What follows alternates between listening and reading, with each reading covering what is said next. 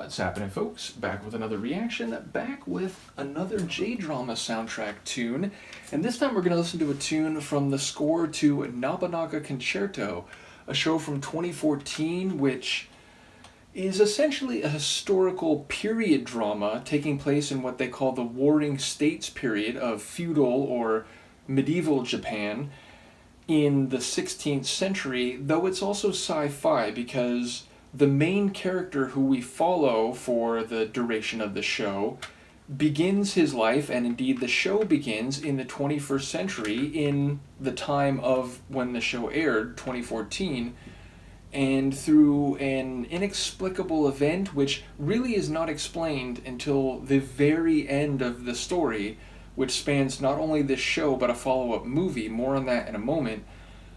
But yeah, we really don't know what happened until the very end. But he gets sent back to the Sengoku, I believe it is, but the Warring States era in Japan. And at first, doesn't even know what's happening, thinks it's all like historical reenactment until he realizes, nope, he really is back in this period where there's constant battles and people committing seppuku and danger and treachery around every turn.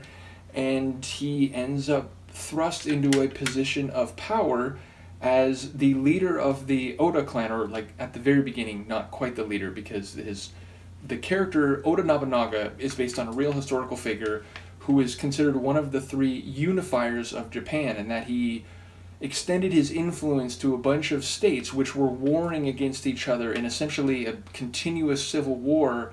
And even when there wasn't active warfare, it was like this constant power struggle, and different regional daimyo or feudal warlords vying for influence and control over various territories. And the real Oda Nobunaga in this story sees this guy from the future whose name is Saburo, and it's like, oh, you look just like me. You know what? Why don't you be Oda Nobunaga? Because there's too much pressure. I don't want to deal with it. I'm out of here. And he sort of thrusts it on this guy from the future. So suddenly he's in a position where he's like the heir to this, fiefdom. And then shortly after that, the real Oda Nobunaga's father dies and passes the control of the clan over to who he thinks is his son, though it's actually this guy from the future. And I won't spoil much because I'm going to do a watch-along for it on my Patreon. Michaela and I have already watched this, but honestly, it's worthy of going through, even if you don't have a handle on, medieval Japanese history. Now, fair to say, this show is a bit more confusing for those who are not from Japan because, like a show here in the U.S. where, say the musical Hamilton, for those of us who grew up in the U.S., you are learning about George Washington and Thomas Jefferson and John Adams and all these luminary founding father figures from the time you're very young. So if you're seeing Hamilton when you're in your 20s or 30s, or in my case in your 40s, it's like, oh, okay, I know some of these stories and I know some of these people because they're sort of classic historical figures that you learn about in public education as you're growing up. But if you're not from Japan, a lot of these stories are probably not all that clear to you. So yes, it requires a degree of, oh wait, what's his name again? And who's that guy? And what region is he from? So yeah, it's a bit harder to follow than some J-dramas, but well worth the effort. And I love what they do with the new meets the old, and that plays into the soundtrack, which is to say, the soundtrack is essentially a combination of traditional Japanese folk music with, classical woodwind instruments and drums and stylings mixed with an electronic sound and, dance styles like trance and house and so on, which, if you know the soundtrack to Antiquarian Bookshop Biblia, which, again, Taku Takahashi also did, you'll be aware that soundtrack has a mixture of, sweet classical sounds with dance music styling. So that's clearly something that he does as a producer and a DJ. In any case, yes, the show is 11 episodes, and then it is concluded in a movie, which I didn't even know about. Michaela went and found it. So yes, there's a 2-hour movie that concludes the 11-episode series, which, the way the series ends, it's sort of like, oh, it's a bit of a cliffhanger, which, there are shows that end without clear resolution, they're open-ended, or even, there's a suggestion that the bad guy's going to come back as a sort of, cheeky way to bring it to a close. But this one was so kind of up in the air that it completely makes sense that there's a film, and the film absolutely does complete it in a definitive and very satisfying way. So, yeah, it's an incredible show. We'll go through it on Patreon. In the meantime, I'm going to start going through some of the tracks. And the opening tune, I want to make sure I have this right. Oh, that's right. These are all written... Yeah, they're all written in... I think like Romaji especially, or essentially. Give me 1 second, because I need to make sure I'm pronouncing this correctly. The opening tune is called Shutsujin, which in the moment I don't know what that translates to. Between now and the time I post this, I will try to look into that and let you know what Shutsujin means. But it's the main theme of the show, and it perfectly encapsulates that old meets new style, because it has this, traditional folk music sound, and then it breaks into some techno and, driving electronics, and it sort of blends the two very perfectly, which, if you can see the cover here, it's the main 4 characters all in their like traditional style, but it looks like they're on a modern like subway or like elevated train. So yeah, it's the theme or the motif of the show is the blending of the old and the new. So let's give it a listen. This is by Taku Takahashi from the soundtrack to Nobunaga Concerto, and it's Shutsujin, which is the main theme, which also features in the menu of the box set.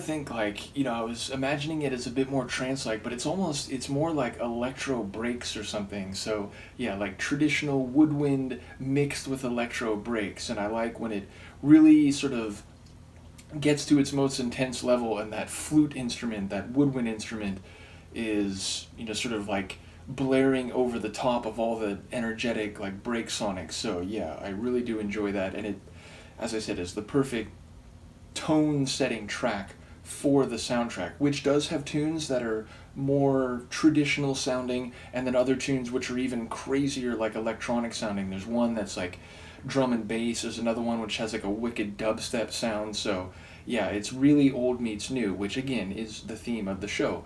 Though without spoiling anything, I will say it's not like there's jumping back and forth in time. You spend just about the entire show in the Warring States period. It's just this like fish out of water dynamic where the main character is from the 21st century, from the 2010s, and he's suddenly in like, the 1560s or something like that. So yeah, it's not like they're going back and forth. And indeed, this is sort of a misnomer because these four characters are never in the present taking a subway together. So it's just kind of a cheeky way to, suggest the old meets new motif of the show at large.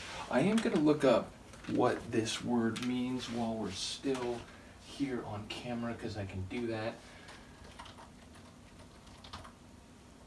So it means departure, according to Google Translate, which, I'm really skeptical about. But yes, according to Google Translate, this means departure. So yeah, I guess because it is sort of shown in the menu screen and the opening credit sequence of the episodes, it's like we're departing, we're leaving the station to go on this journey. So I suppose that fits. Once again, shout out to Taku Takahashi as part of M-Flow, and as I think I mentioned, I don't remember if I mentioned in the intro, but there is a track on here at the end which is the hip-hop version of what we just heard. It's like the same track, but it's a bit slower, and it's more in like a hip-hop style, and there's actual lyrics like, hip-hop flowing over the top, and I think that's done by MC Verbal. So, oh no wait, it says featuring Sphere of Influence? Okay, interesting. So maybe Sphere of Influence is the MC. Well, I'll look into that before I come back and react to it, and I'll do some other ones between here, because this is the opening tune, and then that one, the Shutsujin, featuring the hip-hop stylings, that's the very last track. So yes, we'll come back for the other version of Shutsujin after we go through a number of the other ones along the way, and of course I'll keep cycling through some other J-drama soundtracks that I've begun and haven't finished. Like Hana Hare still has a lot of tunes I haven't gone through. Even the Hana Yori Dango ones, both season 1, 2, and the finale movie, lots more to go through. Lucky 7, there's lots more. I think there's still a couple My Boss, My Hero, some more Kurakochi, and others. So yes, we've got all manner of time to go through them all. Hopefully you're here for it. Let me know what you think of this one, and I will see you next time. Peace.